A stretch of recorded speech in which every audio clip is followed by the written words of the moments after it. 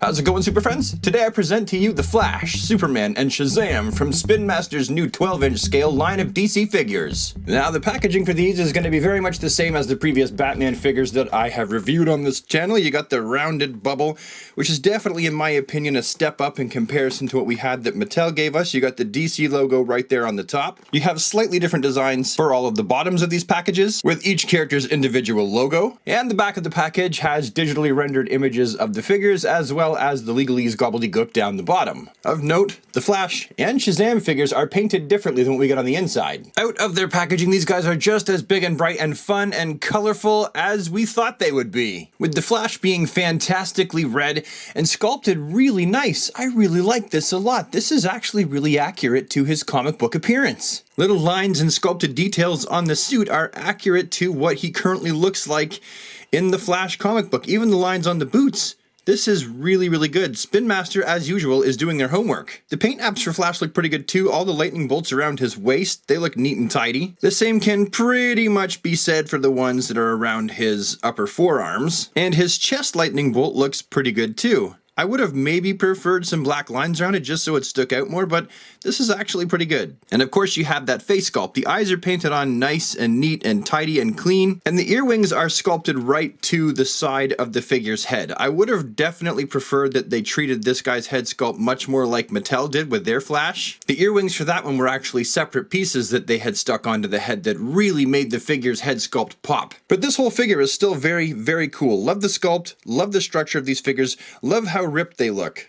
Superman looks equally as fantastic too. I love the fact that we're getting that rebirth supersuit, and that's not something that we see very often. And yet that's the design that Spin Master has chose to use for their 12 and 4-inch figures. And as I've always said, if you're gonna go with a more modern contemporary trunksless Superman look, the rebirth suit is the way to go. And much like the Flash, the body is sculpted really fantastically. I love the muscular stature of this guy. Look at them abs. Abs for days! The paint application for Superman's belt could be a little bit neater, not as far as the red's concerned, but just as far as the yellow goes. It's a little bit sloppy. But the S on the front of this Superman looks absolutely legendary. I wish that this is what we had have gotten on the front of the DC Universe Classics. The cape is just molded to the body. It's not a separate piece until you get to the back, where the cape is actually, much like with the Mattel figures, just tucked into the back. But the S looks really nice. That is so clean and crisp, and you have this shiny material for the cape that's actually more matte on the inside. It's kind of like a ribbony material, and the outside of this does fray. I will warn you of that.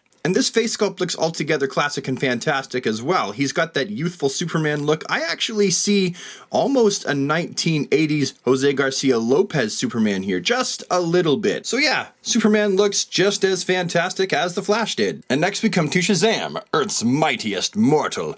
And he's just as fantastic looking as the Superman and the Flash. They've gone with his current contemporary comic book look, with the fancy boots and cuffs and the belt, with the lightning bolt with the yellow all around it, and the cape tucked into the round circles at the top of the lightning bolt. And all in all, I think this is a very good modern look for old Shazzy. I suppose if Spin Master wanted to be a bit more accurate, they would have put white on the insides of the boots, but they did sculpt a lot of the details on the upper body of Shazam's suit, all that line work and stuff. Not to mention they did get a lot of the detail for his belt and his wrist cuffs correct as well. Like Superman, Shazam's cape just tucks right into the back of the figure, like so. And lifting it up, we can see more of the detail and aesthetic of the figure. But yeah, it's made out of that ribbon material, which absolutely will fray over time. Shazam's face sculpt is very classic, kind of expressionless. He looks a little bit indifferent, but it's not terrible.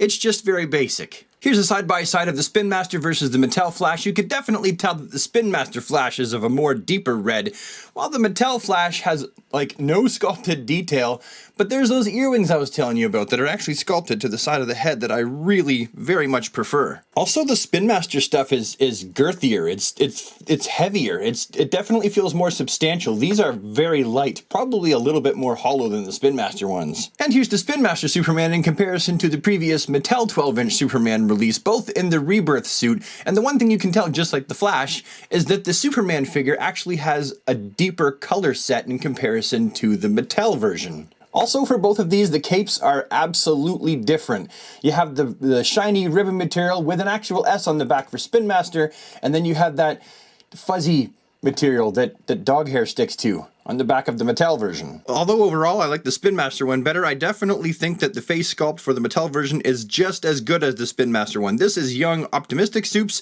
and this is older, more wiser Supes. And here's the Spin Master Shazam compared to the Mattel version based on his movie appearance of Zach Levi. And yet again, we see that Spin Master has opted for a much deeper color set, although I will say the sculpted detail on this one was very, very good. However, a theme for these figures is that Mattel consistently would not paint the top halves of a character's forearms or the lower halves of their legs, just opting to leave them the same colors as the boots, while Spin Master actually properly colors the looks of their figures. Now, if you're the kind of person like myself that just can't wait until the Spin Master, Aquaman, Wonder Woman, and Green Lantern come out and you just want to see if you can mix and match with these, well, you're looking right here, and it's absolutely possible, and they all look fantastic together. And with the articulation, like the head being on a ball peg, rounded hinges in the armpits, single joint spinny elbows, turny wristicuffs, little hinges inside the groin there for forward, outward, but not too much backwards action, as well as